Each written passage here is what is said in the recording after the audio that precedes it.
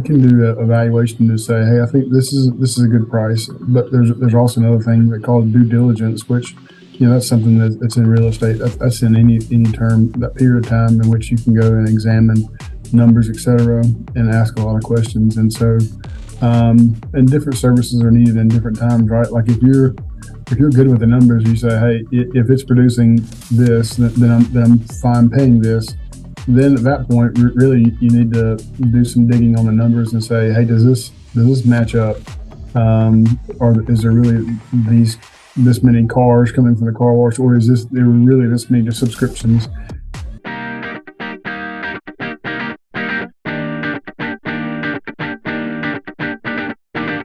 Welcome everybody back to another exciting show of the About That Water podcast. I have the awesome opportunity to bring on a guest that talks about business acquisitions. So if you're new to the show, my name is Anthony Weaver. I am the host where we help you build strong financial habits. So the guest that I have today is David Amiss. So David, first I just want to say thank you for coming onto this show.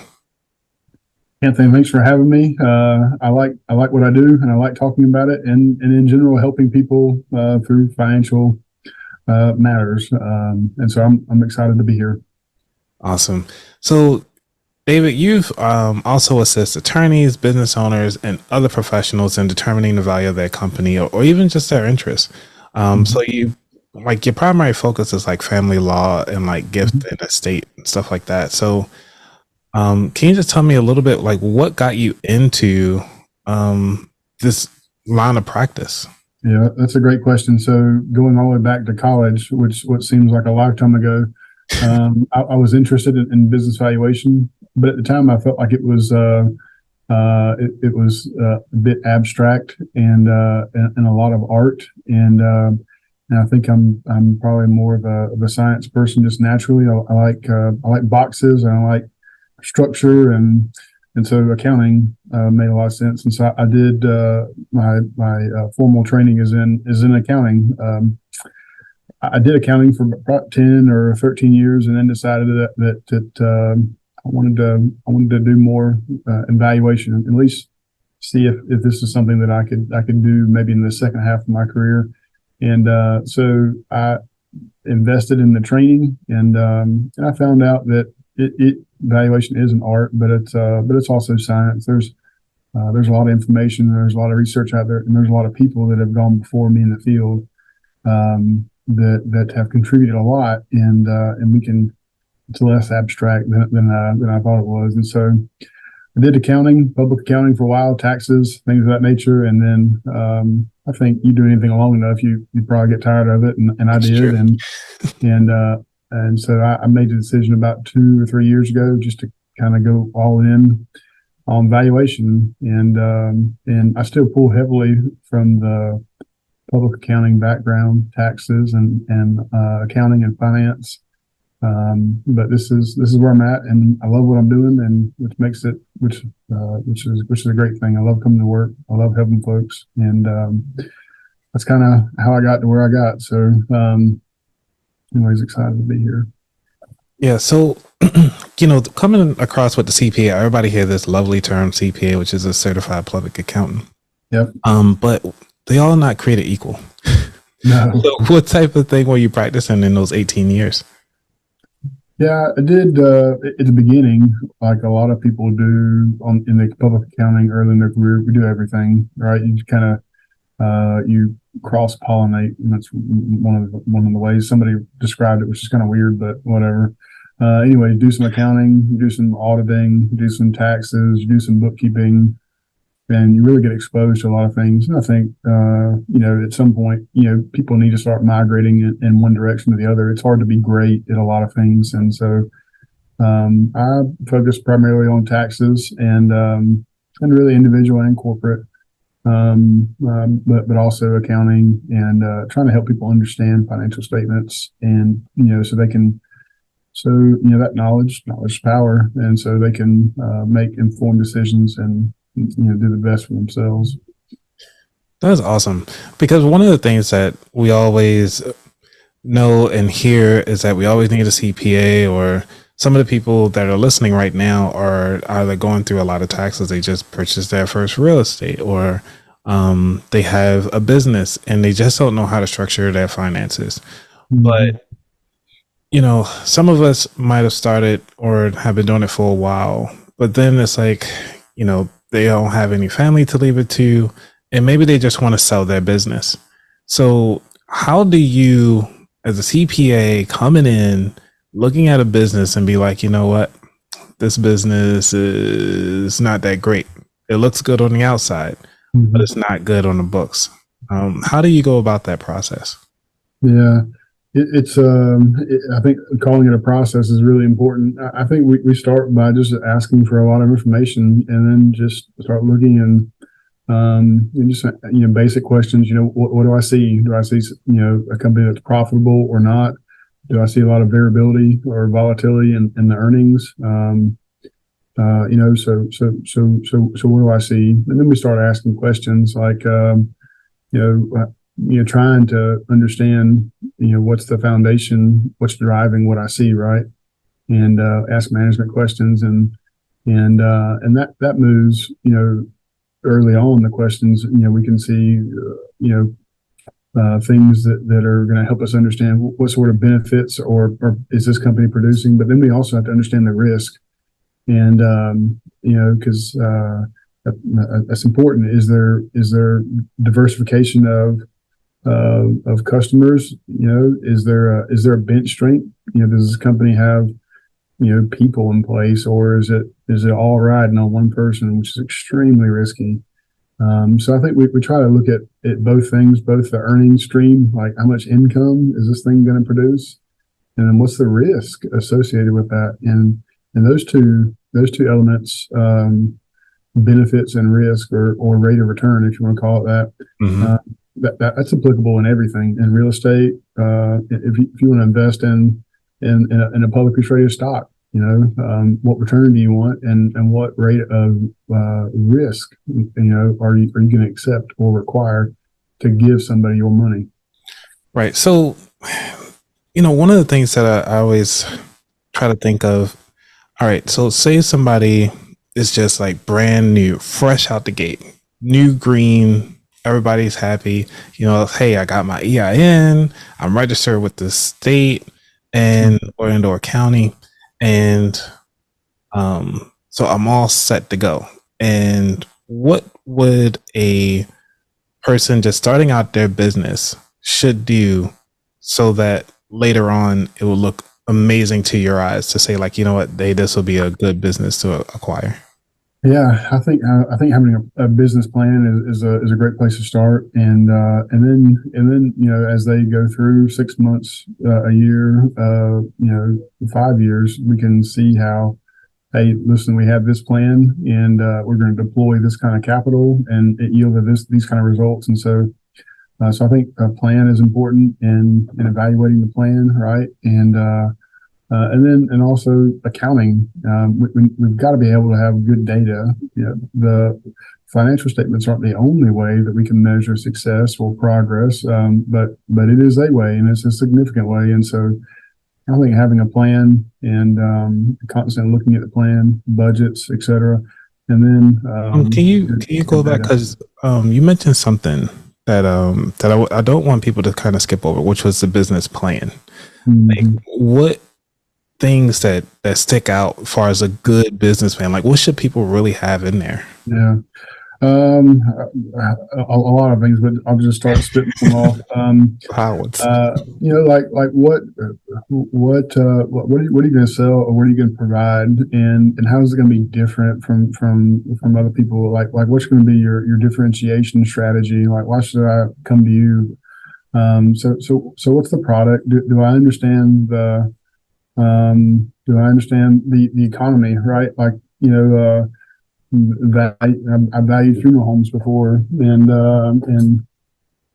you need to understand how people are people okay with cremation or burial, and what are the trends, and if I'm doing one of those or not. Like, we need to understand those trends. Or if it's a car wash, if people are more apt to be okay with this subscription model, where they just pay.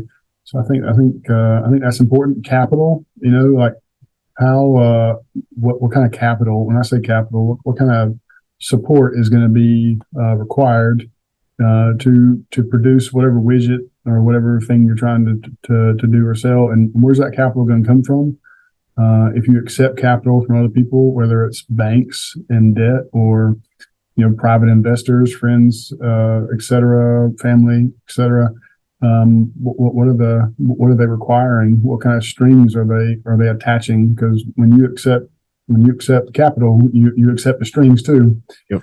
And I think that's probably some good places to start. Okay, so we on this website called Biz Buy Sell, I believe that's one of the websites, I think, where they can actually kind of go and take a look at different businesses. And let's use the example of a car wash, because that's a boring business. And it seems like something that a lot of people is really attractive for people who just want to just set it and forget it type deal, like the self-made car washes. And they see the business. I heard that there's an option where when you're trying to acquire a business, you can actually do it almost like, I would relate it to real estate, which is almost like a seller finance, which means that the owner is still there, but you take on the risk. You take on majority of it, because they say like, hey, this business does $1 million in revenue a year. And so that they can actually keep the owner there for that time frame before they take over the whole business. So it's almost like they're getting paid to learn. Almost like an internship. So if we have that option on the table for a car wash, what would be some of the key questions that everybody should ask? I think the deal terms are one. Like what's how long is that period? Like the deal terms overall. Like what am I buying? When am I buying it? When do I got to pay for it? I think is one thing. I think also just the data that's behind the revenue figures, and so how many cars on what days do they come? Like I need to be an expert on knowing when people come for a car wash. I think that's it. And then I think imagine with a car wash, you're going to have real estate and you're going to have a building and equipment, and so. Like what's the annual maintenance on that, and then what's the debt service requirement on that? So those are in that scenario or in that specific question. I think those are things that I'd be wanting to know. Okay, and so once we have that information, all right, and then we then start to come to you inside. Say we here in North Carolina, all of a sudden be like, hey, I like this business. I asked all the key questions. Say like the top 5 questions to come to you. Is that enough information to come to you, or what else will we need? Well, yes, I think there's accounting firms and other people like me can do really 2 services. We can do a evaluation to say, hey, I think this is a good price. But there's also another thing they call due diligence, which that's something that's in real estate. That's in any term, that period of time in which you can go and examine numbers, et cetera, and ask a lot of questions. And so, and different services are needed in different times, right? Like if you're good with the numbers, you say, hey, if it's producing this, then I'm fine paying this. Then at that point, really, you need to do some digging on the numbers and say, hey, does this match up? Or is there really this many cars coming from the car wash, or is there really this many subscriptions? And I think doing some work on there, just supporting and understanding the foundation of the numbers. And so we can do either of those services. The valuation, like this is a good number, or then the other side, the due diligence side. Okay. And with all the due diligence, I take it it's more so like the forensic side of the house. Do you guys do that and just kind of dig into it? Yeah, I think so. Kind of like that. I don't know that I would call it forensic, but I think we may go look at if we're going to look at the revenue on a financial statement, and we'd like to see bank statements, and let's see where the deposits are matching up with that revenue, right? Mm-hmm. If I think this is a good deal based on looking at the profit and loss statement, and it has X dollars in revenue and X dollars in expenses or profit, like did they Is reality what I see on paper? And so we may do something like a proof of cash and say, hey, I want to understand the cash going in and the cash coming out, because at the end of the day, cash is king, right? And if we feel good about cash, then we should feel good about the rest of it. So that's one of the things we're going to do, making sure the revenue number is right, and then dig into the rest of the expenses. Okay. So now we understand that, and say for instance, just me going out there by myself, I acquire this. Say somebody was out there single, just acquiring this new car wash business, and everything's going fine and dandy. All the numbers check out. Then all of a sudden they get married without a prenup signed. How would they best structure that? And like, will the wife be able to now start seeing the numbers and asking them about the business? Yeah, I think I guess technically, if he owns the business in that scenario and the wife doesn't own the business, then I don't know that she has any rights. I think that's probably more of a business law question, but I don't know that she has rights to see the books. Now, that's different than it's a different matter than if we're saying, hey,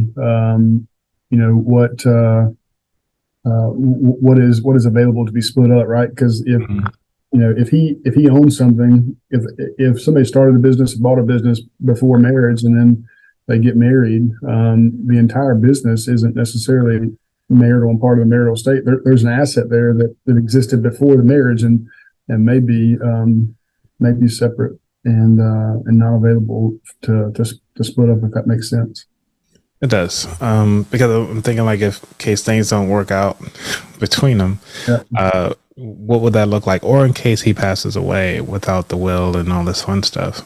Well, and I think this is why it's another thing. Like, if for anybody listening, like, if you're, I don't know that anybody wants to get just is happy to go to an attorney and spend a couple $1,000, but please find an attorney that you trust and that you like, and interview them and talk to them. But it's worth it, right? You either pay them now or pay them later, and so, like, if you go into business, like know what's going to happen with that business if things don't work out, either by death, by splitting up. If you have a business partner, I would recommend having a buy-sell agreement, and so how the deal is structured when somebody wants to exit. That way, because that can be painful on the back end if you don't already have that in place. But I think anybody with kids, they're going to have a will to understand what happens with their assets upon death, or what happens to the kids. Same thing with a business, and that's a part of being a good business owner, and is kind of having that planned out. A lot of business owners, if there's a partnership or so, they have it in place that the other owner has the first right of refusal to buy their interest, and they typically have like a life insurance agreement or arrangement that if one of them dies, that it provides enough cash that the other one can buy the other one out, and so that's trying to protect them. And so I think we just need to make plans on what to do with the business. Yeah, that is one of the things that is kind of scary, because also in I would have to say, like, maybe in the Black and brown community, it's usually just a single sole proprietorship when it comes to businesses. And usually when they stop working in the business is gone. Yep. Is there something out there in your expertise have seen where somebody who's ready to just stop, like, what should they do before they just stop? Because I'm just thinking about, like, me for this podcast, like, what should I do before I stop? Should I come to you guys and say, like, hey, I'm willing to kind of stop my business, but I'm willing to sell? Yeah, I think so. I think you can. I mean, a lot of CPAs, they gain information and knowledge, and over time, they can probably help. There's also people that this is what they do specifically, but I think we need to try to look at the business and understand and say, like, where's the value? Like, what value can transfer? Some of the terms that we use that are really what we're talking about here is enterprise goodwill versus personal goodwill. Mhm. And so enterprise goodwill is that's an intangible asset that's related to the business function, and that if you were to stop doing what you're doing, that the business is going to continue to make a profit. Now it may suffer some, but the business will continue to make a profit. Like, name any publicly traded company, like whoever the CEO is, even the CEO founder, it's big enough. It has management and tiers, et cetera, structure. And so there's enterprise, there's business goodwill. The other thing is like the personal goodwill, right? And so if a doctor, the doctor that has a business, it's gonna be hard for them to sell their business and to get the return, the benefits that they're currently recognizing, right? Right. Because there's a certain level of personal goodwill. The goodwill, the value is wrapped up in their person versus the business. And so I think we just need to try to figure out how to shift that, and how to, whether it's we go after more customers and we have a wide customer base, or we've hired people and we've trained people and we have an established workforce. An established workforce is valuable, and right now when people are hard to find, like people will pay for that. So that's similar to, if I'm following this correctly, is that the people or the guests or the customers are there for the person, not so much the business itself, if I'm following correctly. Yeah, I think so. I think that's a way of thinking about it in this, trying to understand the difference in goodwill, enterprise goodwill and personal goodwill, for sure. Right. So, because I was thinking about it, like when my dentist, he decided to move on and start his own practice, and it was like up to me to decide to stick with that dentist, it was good, or continue on inside the practice of that facility with a brand new dentist, Right. and going from that. So that kind of, just thinking of an example that's kind of a little bit relatable. Yeah, sounds good. So you actually mentioned in one of your articles talking about the 3 different ways to evaluate a business. Yep. Can you kind of go through those 3? Sure. So the 3 traditional ways to value a business, and if you've seen a real estate appraisal, this won't come as a surprise. There's the asset approach, which we could also call the cost approach. That just seeks to look at the fair market value of the assets, and then subtract the fair market value of the liabilities. Well, what that doesn't include is what we just talked about: goodwill, the intangible assets, right? Like if there's name recognition is a thing, customer base is a thing. Those are intangible assets that don't readily show up on somebody's balance sheet.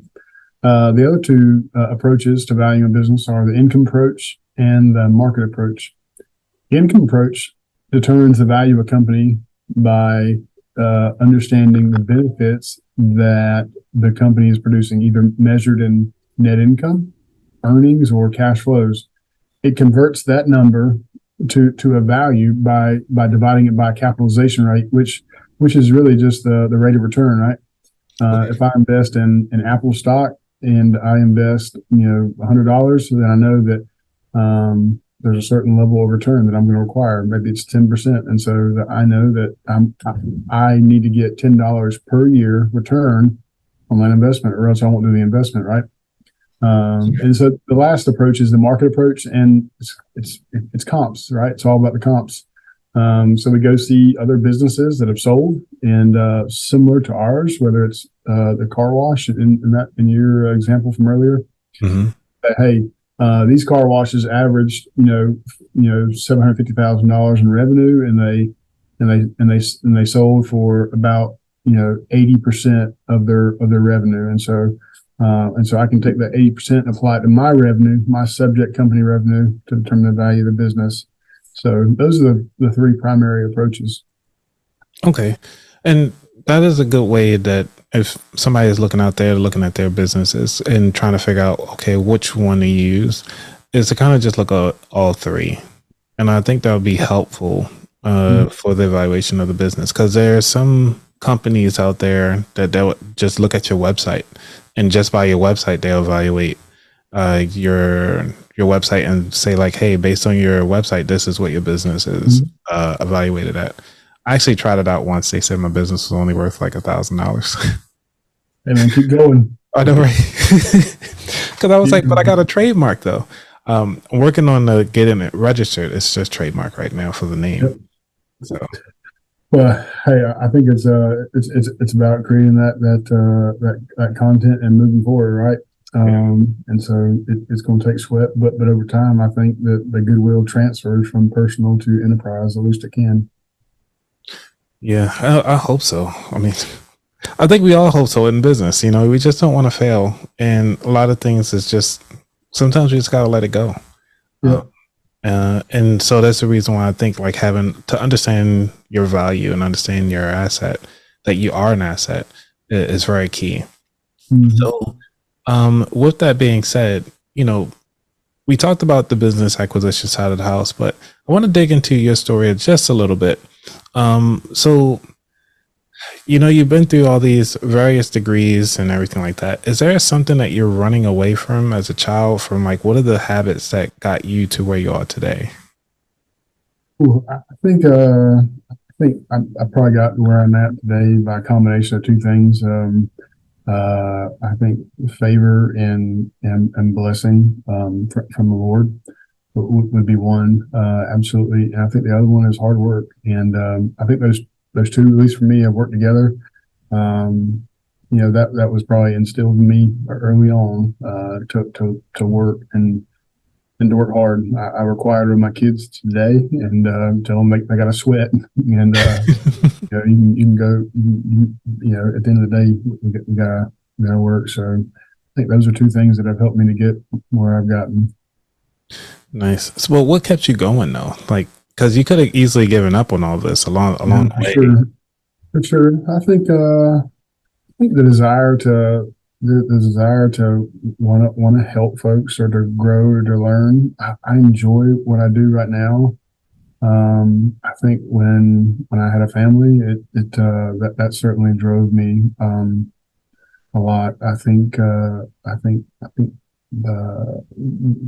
Lord and certainly kept me going. But I think right now it's probably him, wife. I think that the reason to try new things at the end of the day, I want to enjoy what I do. Yeah. I probably could continue pounding my head into the wall with the taxes and accounting, and I'm thankful for all the people that do that and love it. But I was fortunate with my firm to be able to try something different, and so I think is saying, hey, I really want to enjoy what I do, and that's really important. Like it's a game changer, you know, because life is a little bit of a grind, right? And there's probably some agricultural metaphors that we need to embrace, right? Like we need to, you know, sometimes we're in a row and we got to go to the end of it, and tomorrow we got to go to the next row and go to the end of it, and there's just, you know, there's just something about life it's like that, you know, relationships with people, relationships in business, and requires hard work. And if you don't enjoy what you do, then it's going to be hard to keep going. Yeah, definitely. Because that's one of the things they say in business is that relationships are key. In order to even maintain your business, even if you're not doing well, you can actually look at the relationships that they've built and figure out, okay, that business doesn't have good business relationships. Yeah, I went to a retirement party last night for a guy that had worked in this firm for 50 years, and 50 years. Oh, you said 50? 50 years. Yes. He's retiring, but he came to this place after college and been here 50 years, and it was neat. It was just neat to hear the relationships, to your point, and the people that he had affected, and the people had a similar story to me, and I could stand up and say, "Man, I love you," and thank you, and so I think it's a wonderful example to me. And yeah, at the end of the day, customers and clients matter 100%. at the end of the day, they're people, and I think we gotta remember that it's more. Uh, it's the relationships matter, and I think we got to see all those connections for people. Sometimes it's easy to get frustrated with a particular person or whatever, or an issue, but I think remember there's people behind those issues. Yes. And so, anyways. No, it's thank you for bringing that in, because there's some people that still have that longevity, and some of us actually just kind of want to switch jobs every 2 to 3 years, especially with the new generation that's coming through. And usually, like, even most people will start a business because they saw a gap or a need inside a particular area, and they just want to help. Yeah, I love it. Yeah, because that's why I started my show, was because it was a lot of things I wasn't taught when I was growing up, and I was like, what, I think this is my time to speak, to kind of share my voice of the things that I've missed, and actually bring on experts like you, who've been through the road and seen quite a bit of things that I would have never seen, but now we're here talking about it. So yeah, I think I am where I am again. I think I've been blessed. I think there's a lot of folks around me that have poured into me and that have helped me a bunch, and I love to do that for other people. And I think there's a genuine satisfaction in working with other people and teaching and training and pouring into. And I think that's important. And I'm competitive and I enjoy that, but in that sense, life doesn't have to be a competition. It can be, hey, let's do right and do good by others, and just see where it goes. Business is a relationship, no matter how you look at it. And if you want to be successful, you need it. Which brings me to the third segment, which is, what skills or habits that you feel that will take you to the next level? Yeah, I think at the end of the day, I think it is trust. Probably, yeah. I've done a lot in probably in a spot in my career when I've done a lot of the grind, the day-to-day work, and now there's some folks that I get the pleasure of working with and training and pouring into, and I think in order to move forward, I probably got to trust other people more, and so I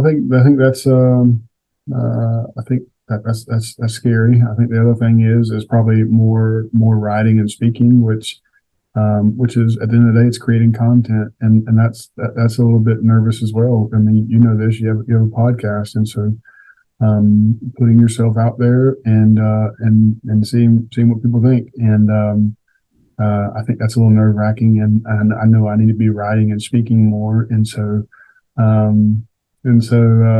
think those are probably two things: trusting the folks around me that I'm working together with on the team, and then being bold and vulnerable, and in technical content around what we do.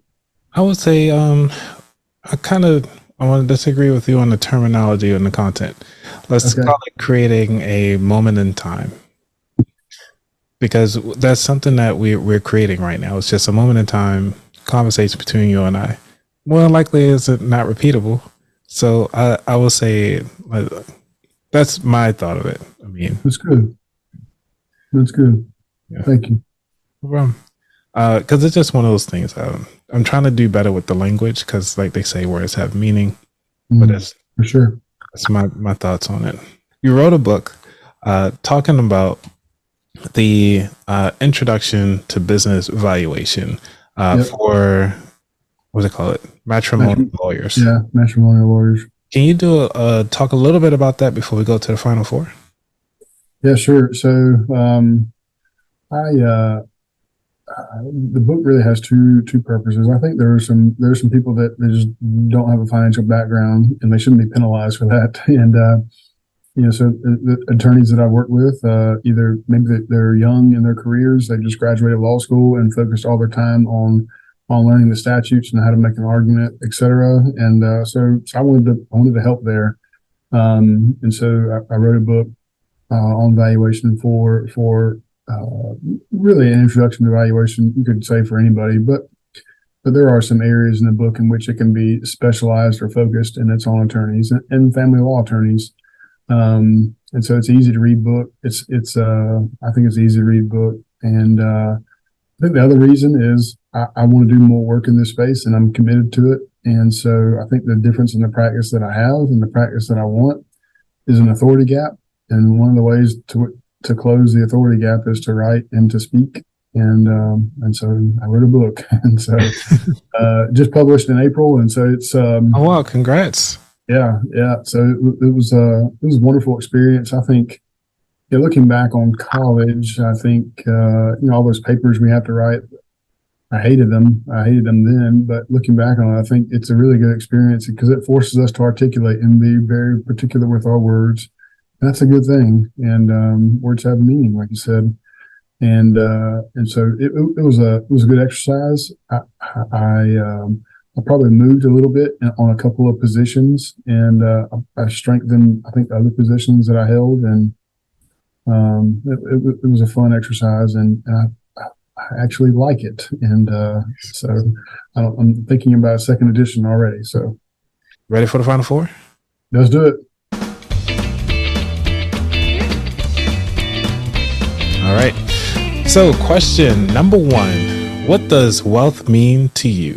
I think the words that come to mind will be stewardship and opportunity. I think, again, I've said it. I've alluded to it. I'm a Christ follower, and I think that anything we have, either time, talents, and treasure, are an opportunity to be a blessing to the Lord and to other people. And so I think stewardship comes to mind, and opportunity to be a blessing.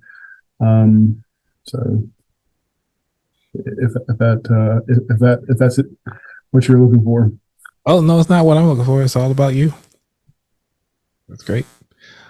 Number 2, what was your worst money mistake? My worst money mistake. Good question. Student loans come to mind. Gotcha. Student loans coming to mind. I think buying a truck after I had maybe got my first full-time job.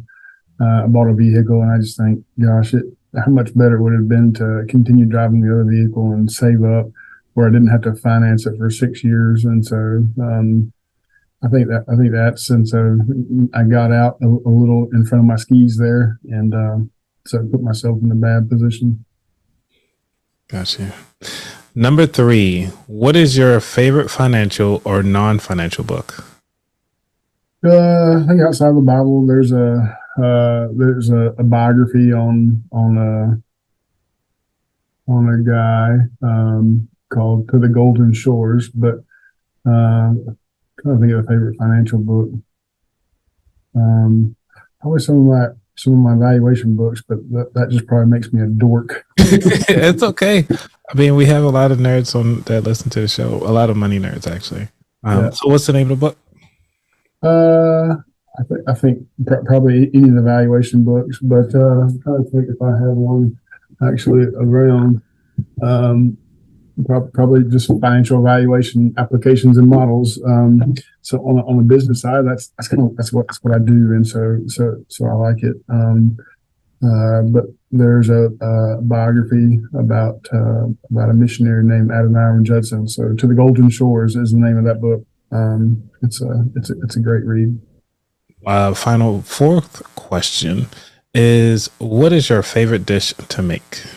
Like, I'm right in the throes of it with kids. I have 5 kids, 17, 14, 12, 10, and 7. And so like almost all my answers could be related to them because, I love to love them. I love to make them happy. And they enjoy Friday nights where I grill hamburgers. And so that's plain Jane, but grill hamburgers, and I fry French fries. And I got a deep fryer, and it's got peanut oil in there, and I fry those fries, and they love it. I have no idea why.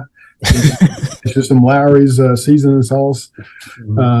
So I like to, when I cook or grill. I don't know, we call grilling burgers cooking, but if it works, I'll claim it.